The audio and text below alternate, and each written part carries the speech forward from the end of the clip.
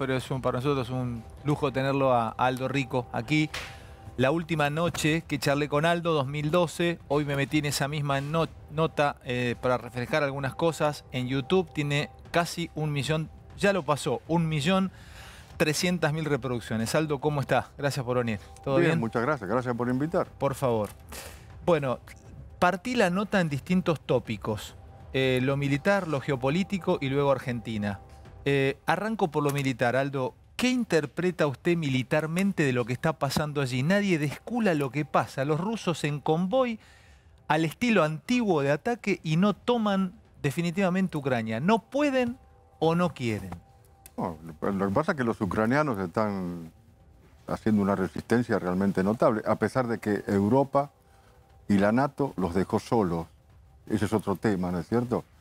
Pero los ucranianos están solos, porque las medidas de aislamiento de Rusia tienen a largo plazo, pero ellos necesitan el armamento y las condiciones para luchar. ¿Pero qué hubiera pasado? ¿No dejarlo solo no hubiese llevado ya a una guerra nuclear, le diría? Mire, no, si porque eso es una guerra limitada. Es una suerte de negociación en fuerza que plantean los rusos. Además es una guerra civil, porque tienen la misma etnia. Y seguramente también es una guerra híbrida.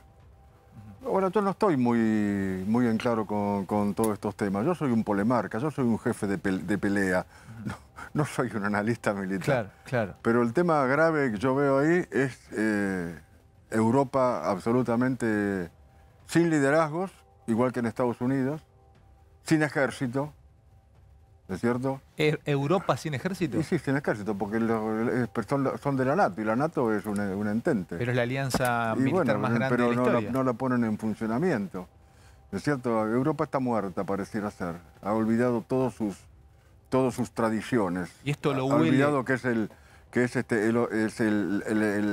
lugar donde ha nacido la libertad y los derechos políticos y sociales. Eso lo ha olvidado Europa.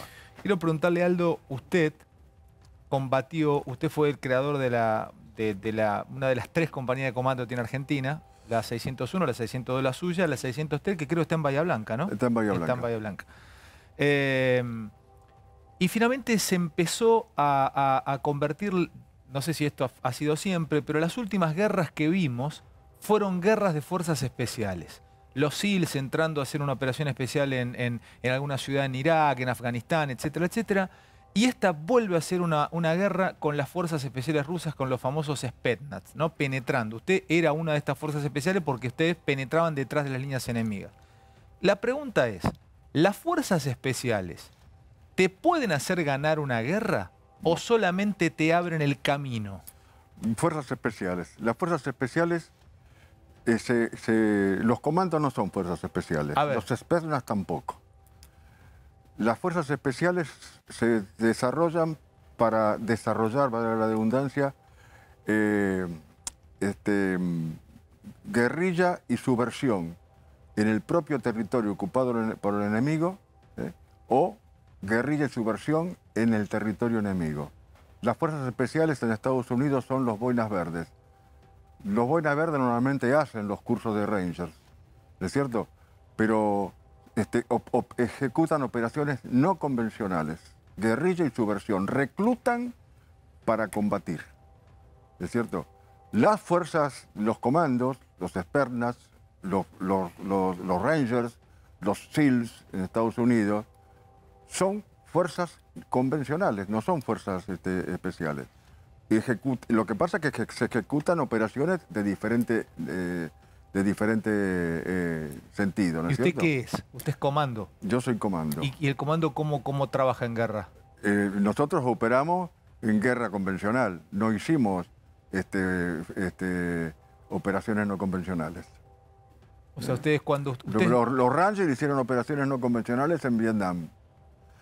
Seguramente habrán hecho también a lo mejor en otros países del mundo. Pero son dos operaciones tirarse distintas. en paracaídas filtrando las líneas enemigas y volar 4 aviones con explosivos que están en pista. ¿Eso es una operación convencional? Esa es una operación convencional. Convencional. Claro. ¿Para eso se entrenan los comandos? Para eso nos entrenamos los comandos. En todas partes del mundo. Ujú. ¿no es cierto? Son el SAS inglés, que es un nombre de encubrimiento que viene de la Primera Guerra Mundial, de la Segunda Guerra Mundial, porque el SAS, que es el Special Air Service, son los comandos. El término comando es inglés. El término comando es inglés. Ellos crean en el 43 en África el SAS, Special Air Service, nombre de encubrimiento, ¿no es cierto? Después de la guerra, se empeñan inicialmente en África, se empeñan en Sicilia, se empeñan en Normandía. Después de la guerra prácticamente los disuelven, pero al poco tiempo se dieron cuenta que era necesario para continuar y los vuelven a formar nuevamente. Otra pregunta que tenía ganas de hacerle era, ¿hasta dónde se cumplen órdenes en la guerra? Cuando usted, por ejemplo, usted formó acá, habló con Baquero, con el general, cuando se organiza el grupo de comando, el 602, llegan ustedes a Malvinas, ¿no es cierto? En ese momento, ¿les daban órdenes? O sea, lo traspolo a esta invasión a Ucrania. ¿El soldado termina recibiendo órdenes o recibí las órdenes antes de salir y después ahí es vivo, defiendo mi vida y a lo sumo a mi camarada? A mí me impartieron una orden cuando llegué. Ya estaba la compañía 601. Sí. Me imparten una orden, una operación de exploración y emboscada antiaérea en Monte Simón, 60 kilómetros al oeste de la operación. Disculpe un segundo, Aldo. ¿Usted, cuando llega a las Islas Malvinas, se infiltra 60 kilómetros detrás de los ingleses? Sí, una de mis secciones se infiltra, no detrás de los ingleses, en el medio, ese es el tema. Monte Simón está entre la posición Puerto Argentino y San Carlos. ¿Y cómo llegaron hasta ahí? Con helicóptero. ¿Y los bajaron? ¿Cuántos eran? Eran 16 hombres. ¿Usted se bajó con 16 hombres? No, yo no fui en esa operación. ¿Su equipo? Fue una sección de mi compañía, con el teniente primero Berchesi. Y cuando llegás ahí, la orden, ¿las cumplís? ¿Se cumplen órdenes? Y se cumplen orden, por supuesto. Por lo menos se tiene en cuenta la finalidad de la operación. Pero esa orden yo la protesté. ¿Por qué? Porque yo suponía que los ingleses ya estaban de este lado, como ocurrió. Y esa sección al final que fue aislada y que combatió con un elemento inglés que se llama el cuadro de operaciones en Ártico, en montaña y Ártico, una fuerza muy especial de los ingleses, son unos comandos muy especiales.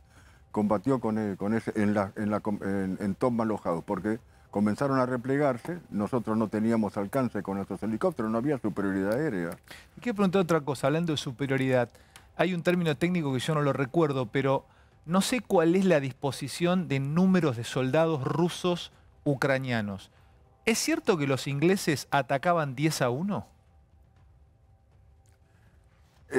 Sí, esto es un cálculo que he hecho yo. Pero vamos a hablar primero otro tema. Mira, A ver. En las invasiones inglesas, 1806, no había mucha diferencia entre el fusil Tower inglés y el fusil a chispa español.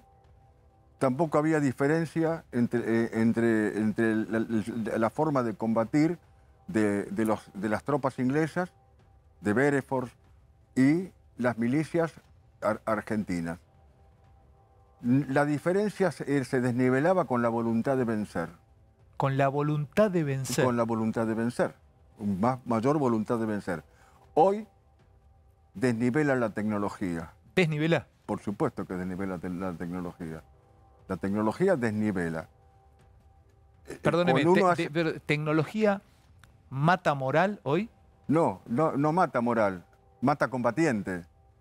Porque nuestras posiciones en Malvinas fueron atacadas con ingleses que tenían el mismo armamento. Por ejemplo, la ametralladora MAG. Pero la ametralladora MAG venía preparada, venía provista de la mira con visión nocturna de la M60 norteamericana. ¿Y ustedes no la tenían? Nosotros no teníamos visión nocturna. Y además doblaban el número de ametralladoras y agregaban a las unidades de infantería, ya sea paracaidistas o de la Infantería Marina, que tenían 3 comandos ellos, el comando era el batallón para ellos. Los equipos Milan, ¿es cierto?, que es el misil hilo-guiado de la NATO de segunda generación. Es un misil portátil, antitanque, pero se puede usar por muchas otras cosas. Y se dirigía directamente con el visor, no con la palanca. Eso, la ametralladora, la visión nocturna y el Milan desniveló el combate en las posiciones, porque podían batir nuestra... Pero ahí hay algo, Aldo, que una vez se lo escuché decir a usted, que le quiero preguntar, que tal vez aplica a lo que está viviendo hoy la parte de las tropas rusas, que nunca lo sabremos, porque se dice que hay soldados rusos que están renunciando a combatir y están desertando. ¿Es cierto que usted no se enmascaraba en combate para que le vean su rostro los soldados suyos? El jefe no se enmascara. Repítame eso. El jefe no se enmascara porque cuando el subalterno en combate tiene dudas, busca a su jefe para que el jefe le quite las dudas. Por lo tanto, lo tiene que ver. El subalterno tiene que ver a su jefe si le hace falta. Entonces no puede estar arrastrándose o enmascarado. Lo tiene que ver. ¿El que manda combate o no? Sí, en las operaciones de comando yo he hecho uso de mi fusil en operaciones de comando, pero hay que desprenderse del fusil porque hay que mandar, ¿es cierto? Pero eso es un problema de educación. Yo fui entrenado para solucionar problemas, pero fui educado para soportar cualquier cosa. Fui entrenado para combatir, pero fui educado para conducir. Soy un jefe de infantería del ejército argentino. No tengo estado militar, pero sigo siendo un jefe de infantería del ejército argentino. ¿Usted no es excombatiente? Yo soy veterano. ¿No es excombatiente? No existe el término excombatiente, es despreciativo. Somos veteranos. Explíqueselo a la sociedad. Somos veteranos. Si hay que combatir, vamos a combatir otra vez. Si hubiese que combatir, usted va. Todos los veteranos vamos. Hable con los soldados veteranos, con los suboficiales veteranos, y se va a llevar una sorpresa. Los que combatimos por la patria, vamos a seguir combatiendo por la patria, porque para nosotros, para los veteranos, la patria es un desafío, no un negocio, como ocurre hoy en la Argentina con la dirigencia política. Este es el tema. Para nosotros es un desafío la patria. Para otros es un gran negocio. Y cuando va a combatir, ¿el soldado va por la patria o va para que no lo maten? Porque se termina convirtiendo en algo abstracto, la patria, por más que la sienta. Cuando uno comienza, después uno lucha para que no lo maten, uno tiene que triunfar sobre el enemigo. Pero uno no piensa en eso. Esa es una frase de Patton, ¿no? Hay que hacer que los demás mueran por su patria. Patton termina su orientación al tercer ejército en la invasión a Normandía diciendo: hagamos que el enemigo muera por su patria. Otra pregunta, Aldo. ¿Qué es preferible? ¿Tener enfrente buenos o malos soldados? Y le digo por qué, se lo aclaro. Si yo tengo malos soldados, es más fácil que yo los termine antes que ellos terminen conmigo. Pero si tengo malos soldados también, puede ser que hagan cualquier cosa y se vayan por fuera de la ley en la guerra, que también tiene una ley la guerra. ¿Qué es preferible? ¿Tener buenos o malos soldados? ¿Y qué considera usted por un buen soldado? Enfrente hay que tener buenos soldados. Nosotros combatimos contra el inglés. ¿Qué tal es el inglés como soldado? El inglés es un buen soldado. Es un soldado de honor. Respeta las leyes, como las respetamos nosotros. Nosotros hemos salvado pilotos ingleses que caían en el mar, los comandos, es cierto, como ocurrió cuando el hoy general Fernández derriba con un blowpipe un Sea Harrier inglés, el piloto se eyecta y cae en el estrecho, pero se quiebra las clavículas. Bueno, los comandos fueron y lo rescataron. En el combate de Tomahawk House, cuando terminó el combate y se reúnen y comienzan a ver los heridos, los dos bandos, los primeros que fueron evacuados al hospital de campaña fueron 2 heridos argentinos, porque eran los más graves. Y fueron atendidos primero los argentinos y después los ingleses. ¿Qué es un civil?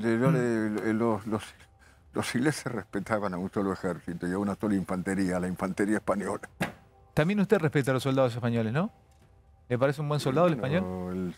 Nosotros somos descendientes de todas las tradiciones de los soldados españoles. Aparte, ¿qué es un civil? Me siento muy español. ¿Qué es un civil para un soldado? Porque en la guerra de Malvinas había civiles, pero acá hay muchos civiles. Están entrando a ciudades donde están los civiles. ¿Qué es un civil?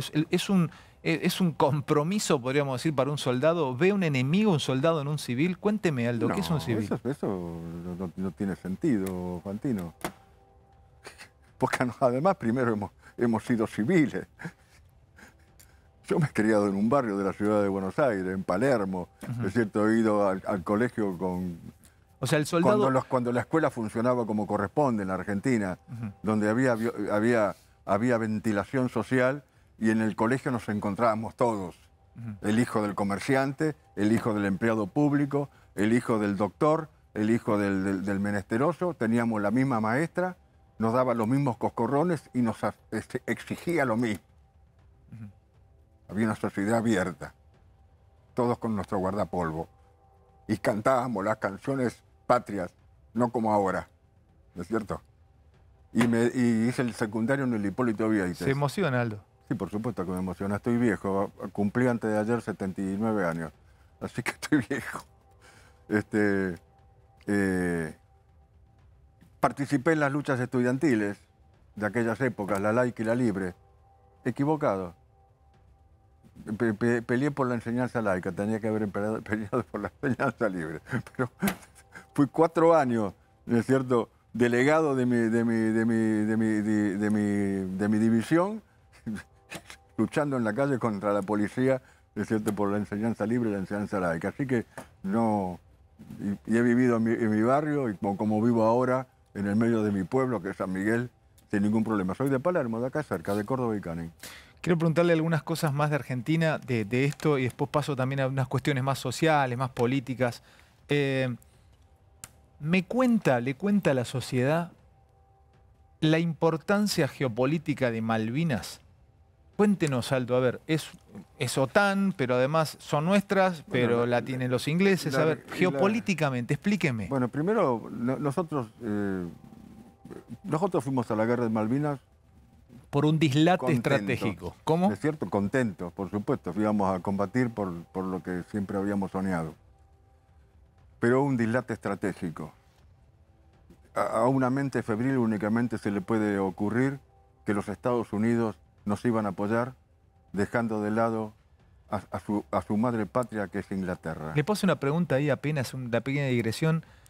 Si pasaban 2 meses más y llegaba más hielo a las islas, ¿podríamos habernos quedado con las islas? Mire, cuando uno arma una organización para cumplir un objetivo, un ejército, uno organiza un ejército, una fuerza armada para solucionar un problema que es una hipótesis de conflicto. La República Argentina, las Fuerzas Armadas de la República Argentina estaban preparadas para un conflicto en la montaña estival, en verano, contra un enemigo que nos iba a ofrecer un combate de baja densidad. Chile. Otro despropósito de la guerra con Chile, ojo. Discúlpeme, por eso las bombas de los Pucará que rebotaban eran bombas para cemento. Bueno, yo ahora le cuento. Fuimos a combatir contra un enemigo que nos ofreció un combate de baja densidad, de alta densidad, a 600 millas de la costa, en una guerra aeronaval, en las puertas del invierno. Preparamos mal. Si yo tengo que ir a Malvinas, preparo otra cosa, no lo que tenía. Ese es el problema que hay ahora. Hay que rearmar a las Fuerzas Armadas argentinas. Discúlpeme, pero empiezo por ahí. Esa es otra pregunta. Pero ¿por qué? Geopolíticamente hábleme de las islas. ¿Por qué es importante? Esta es primero No me hable... A ver, Aldo, ¿estamos de acuerdo en esto? Son nuestras y patrióticamente iríamos a buscarlas los dos juntos ahora en moto. Pero a ver, geopolíticamente, denme explicación geopolítica por qué además tenemos que pensar en las islas. Bueno, pero lo que pasa es que nosotros, la Argentina, nuestra Patagonia, más las islas, más todo el mar epicontinental, es la plataforma de acceso a la Antártida, donde nadie reconoce soberanía. Y tenemos la Patagonia, que prácticamente no tiene población y es considerado un territorio desértico por el mundo. No poblado. No poblado. Eso es un tema, tóquelo. Es un tema grave. Tóquelo. Bueno, es un territorio no poblado. Algunos podrán decir, pero ¿cómo no van a venir a sacar la Patagonia? Dos habitantes por kilómetro cuadrado creo que tiene. Entonces esa es la importancia. Por eso están los ingleses queriendo organizar en Malvinas, o los chilenos, el puerto de salida hacia la Antártida. ¿Usted ve en la Antártida el hecho geopolítico del futuro? En unos años vamos a estar hablando definitivamente del territorio antártico. No estaremos nosotros acá, pero va a ser el tema de Argentina. El agua. El agua. La ciudad del Cabo no tiene agua. ¿En Sudáfrica? Sí. Están trayendo un iceberg o sea, la guerra que viene es la guerra del agua. Y en principio, sí, es la guerra por la ecología. ¿Es cierto? Y nosotros geopolíticamente, al tener Malvinas, bueno, hoy no las tenemos, dejamos de dominar de pronto el Estrecho de Magallanes, el pasaje de Drake. Bueno, el Estrecho de Magallanes es chileno, ¿no? Sí, pero el pasaje de Drake es nuestro. Sí, pero compartido. Compartido, sí, exacto. ¿Es cierto? Que no hay problema. Nosotros, en América del Sur hablan de la Gran América. Nosotros teníamos un instrumento muy importante, estratégico, que era el Mercosur. Porque ahora está prácticamente... no funciona. Que es una unión aduanera imperfecta. Tenemos que transformarlo en una asociación como es la Comunidad Europea. Para defendernos si hubiese algo a Para futuro. defendernos nosotros mismos.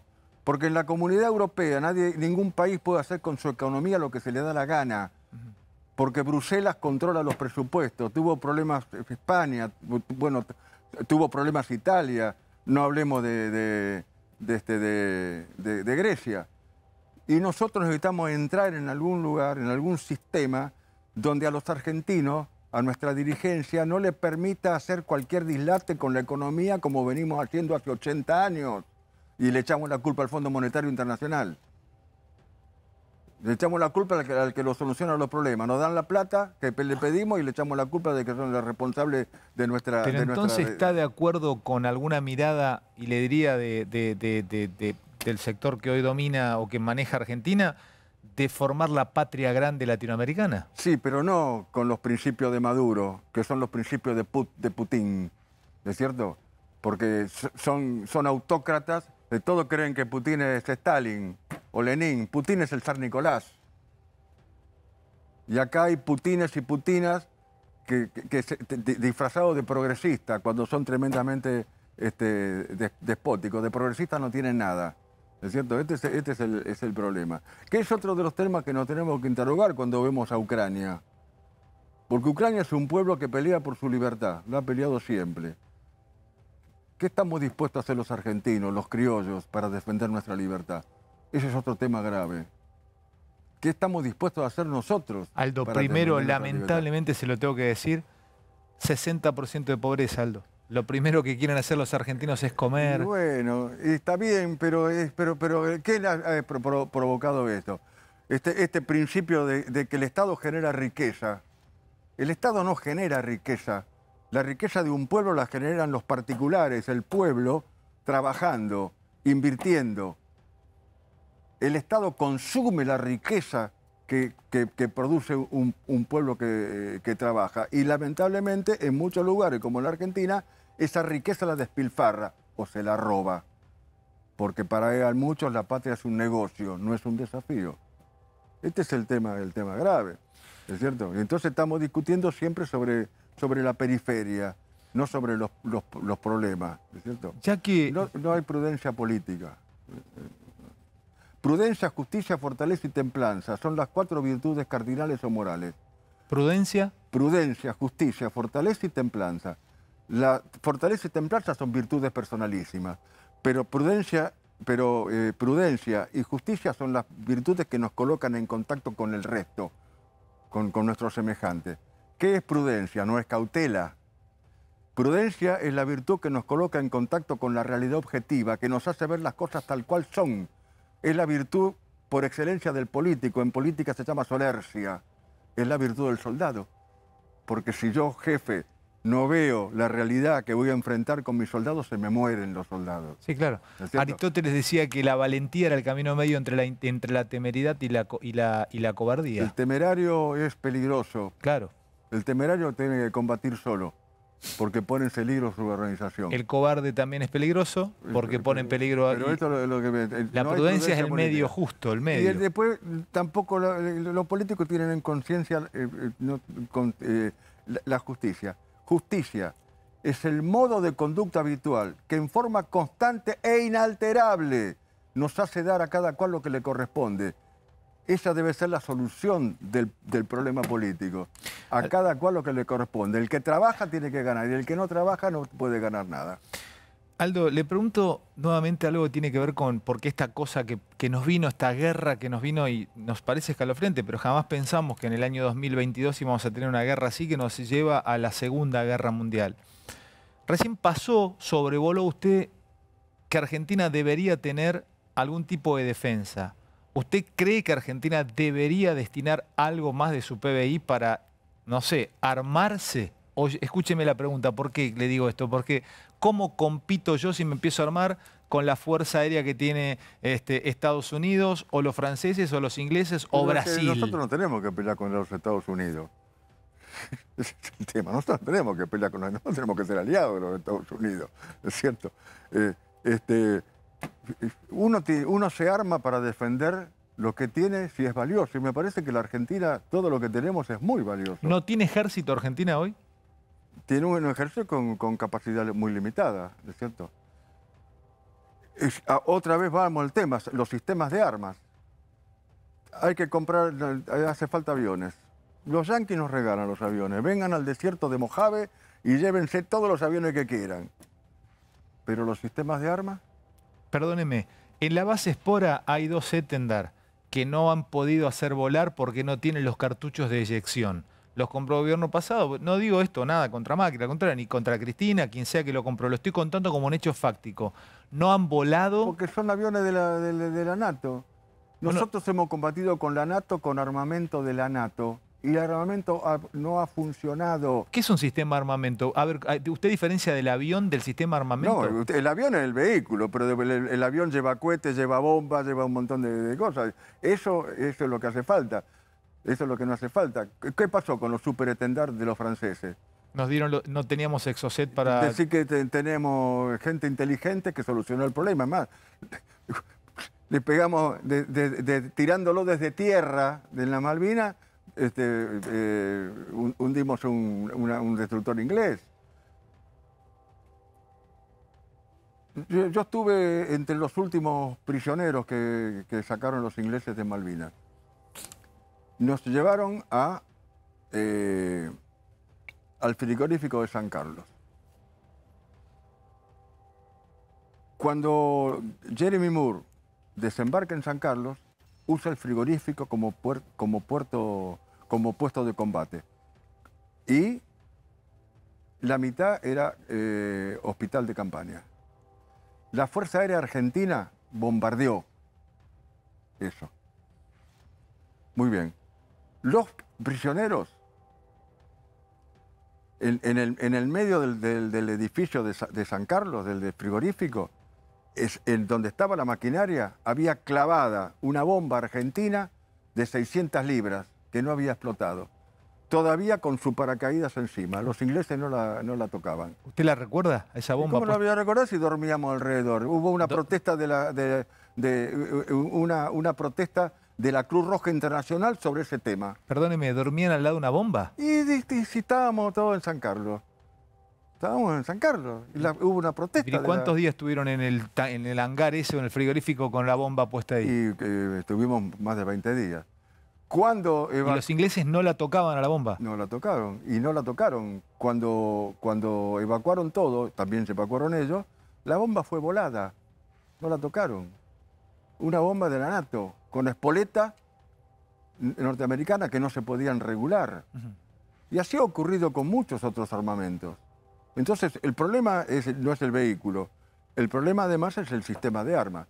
Hoy están discutiendo la Fuerza Aérea comprar aviones rusos. Pero son los aviones chinos de caza bombarderos.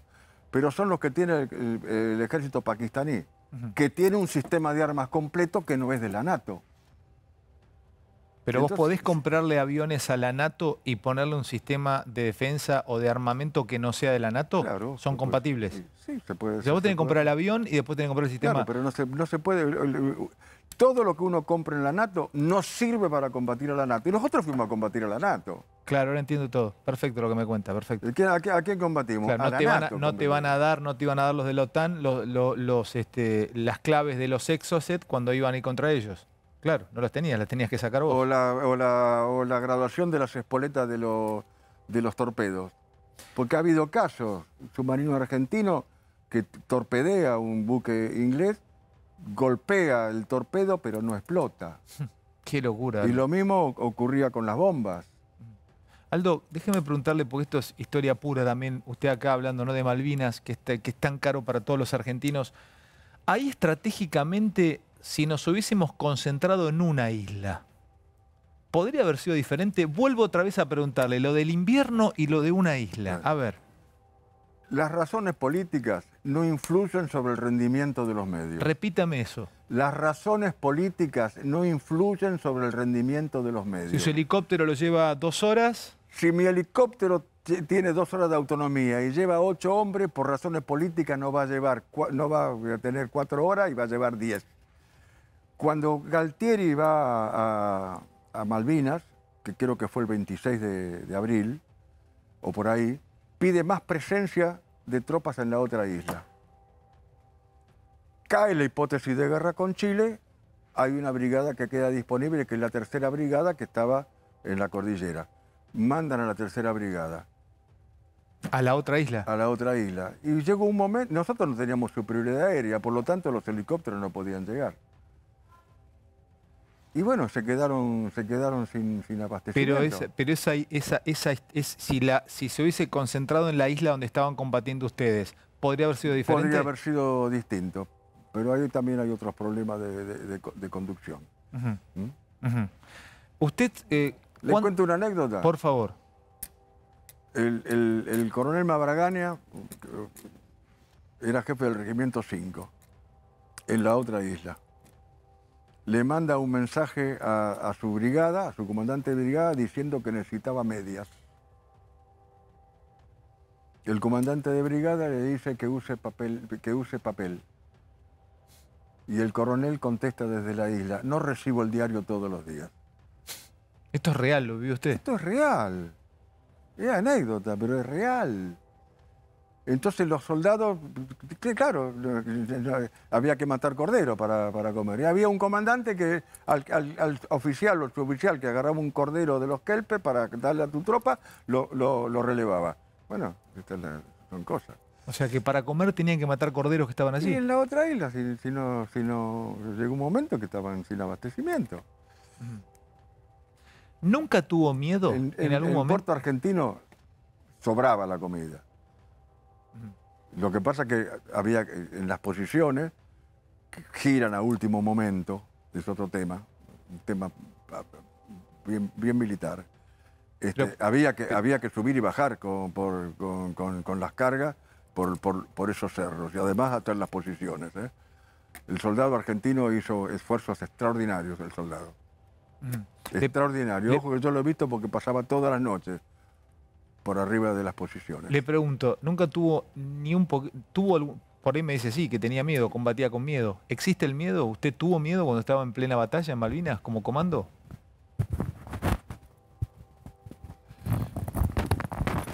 Cuando yo tengo colocado esto, Ujú. soy invulnerable. O sea, tenía fe más allá de miedo. Por supuesto, hay que tener fe. Ujú. Hay que tener fe. Ujú.